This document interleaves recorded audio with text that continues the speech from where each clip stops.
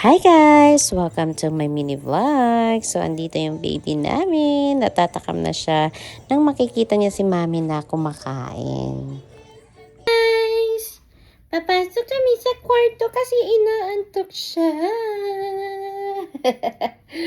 Matutulog na ang baba namin. Matutulog na ang baba namin.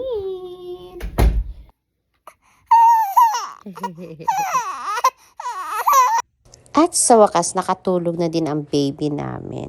At syempre, pag matutulog na ang baby, dapat may gagawin tayo. Maliligo naman na tayo at me time, mabilisan na ligo para pag-prepare ng pagsundo ng Kuya Ethan namin. Hi, napakalaki na talaga ng katawan ko at babawi talaga tayo pag matapos na tayo mag-breastfeed ni baby. At napakalaki na ng braso ko. At syempre, nangarap nga akong pumayat yung tiyan ko kaunti. Kaya ito, nag-order ako ng pampaliit ng belly. Kasi simula nung nanganak ako ay hindi nga ako naglagay nito. So sana bumalik na yung katawan natin. Pero parang hindi pa pwedeng mag-diet kasi nagpapadede pa tayo ng baby. At yun ang vitamins ko sa tuwing nagpapadede ako. At ito na guys, sinukat ko na siya at napaka-komportable at masarap siya sa skin kasi hindi siya masakit. After ko magbihis, ay ito ininom ko na yung vitamins ko para sa breast milk ko para hindi na ako matuyuan ng gata. Iba talaga pag tumatanda na kasi dati no sa panganay ko hindi naman ako umiinom ng vitamins pero hindi naman umuunti yung milk ko. Pero ngayon, umuunti yung gatas ko pag hindi ako nakainom nito kahit na umiinom naman ako ng maraming tubig. Hi, buhay, matanda na talaga. So, ayun na nga guys, sinipag ang mami mo maglagay ng mga vitamins sa mukha. Nung busy nga kasi talaga ako ay parang wala na akong time sa sarili ko na mag-aayos. Kaya ito, mag-aayos tayo ng kaunti para paglabas natin ay medyo hindi naman tayo haggard over zoza. At ayan na nga guys, ipakita ko sa inyo yung napakalaki kong sugat. Nasugatan ako nung nagluto ako ng umaga kasi nahiwa ako ng lata. So while my baby is sleeping, magpapaganda muna tayo at 1:35 pa naman may oras pa tayo para mag-ayos bago sunduin si Kuya Ethan. At habang nagkikilay nga ako ay medyo hinihingal ako kasi parang hindi na ako sanay na may nakatali sa tiyan ko. Pagkatapos ko nga magkilay ay nung tinignan ko yung anak ko ay gising na. Talaga naman, oo. Napakabilis talaga nitong magising kapag nakarinig lang siya ng kahit anong ingay, kahit maliit na ingay lang. Kaya ito na nga ay tinabihan ko muna siya para makatulog pa siya ng mga ilang minuto at maya-maya ay aalis na nga kami. At nang mag 2 PM na nga ay ito ay nag-aayos na din ako. Nagsasuot na ako ng medyas kasi aalis na kami at ito karga ko na si baby at ilalagay ko na siya sa car seat. Ito talaga ang daily routine namin mag-ina. Pag kinahatid sundo namin ang kuya namin ay kasama nga siya. Hindi gaya sa Pilipinas na merong mapag-iiwanan ng bata at dito nga ay ako lahat. Kailangan multitasking na nanay.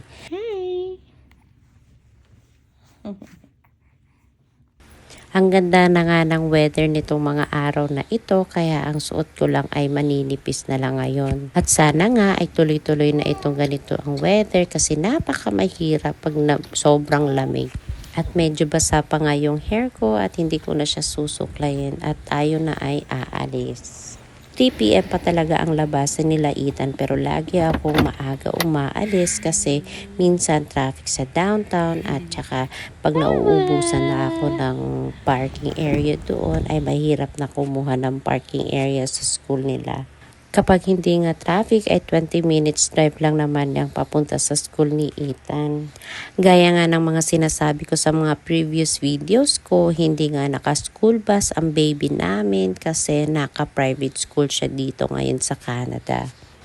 At baka nga next month ay lilipat na siya namin sa public kasi aalis na kami dito at maghahanap kami ng medyo malapit na lang na school sa titirhan namin. At mabilisang transition nga lang ay nakarating na kami dito sa school nila Ethan. At ito nga maliit ay akala ko natulog siya sa buong biyahe. Ayun pala ay hindi. Nag-iiyak lang siya kanina sa likod ng car.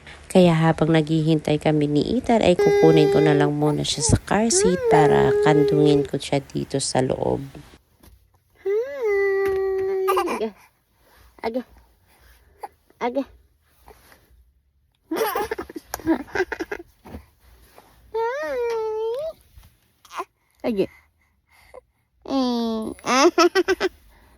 Jingo jingo jing. Jing jung jang. Gagung gagung. Jingo jang.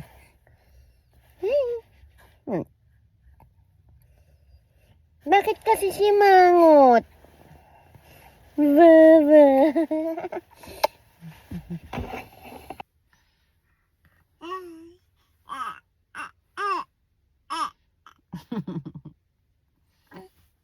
Kuya, call kuya.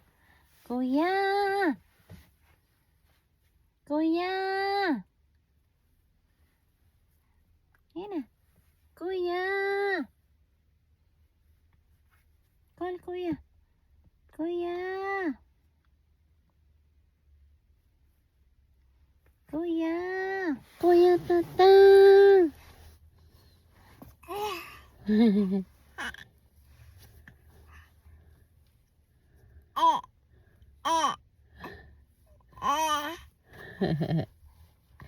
Kuya Tatang.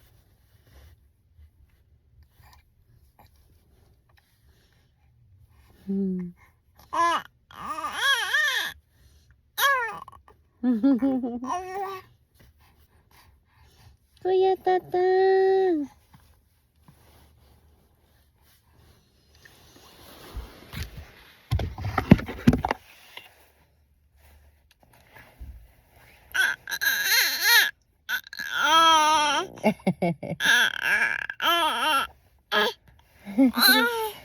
Hi guys.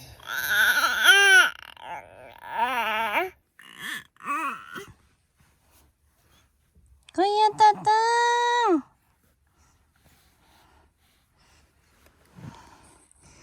Kuya Tatang.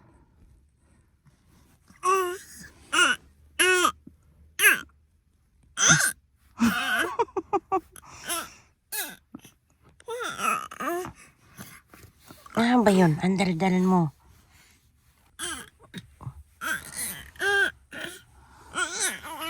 Ayun na nga, ay malapit na maglalabasan sa school nila Ethan at yung iba dito ay naka-t-shirt na lang. Sana all, hindi na giniginaw. Pero Canadian kasi yan. So, transition ay nandito na kami sa bahay at nakatulog nga yung baby namin. And tulog din yung maliit hanggang dito na lang.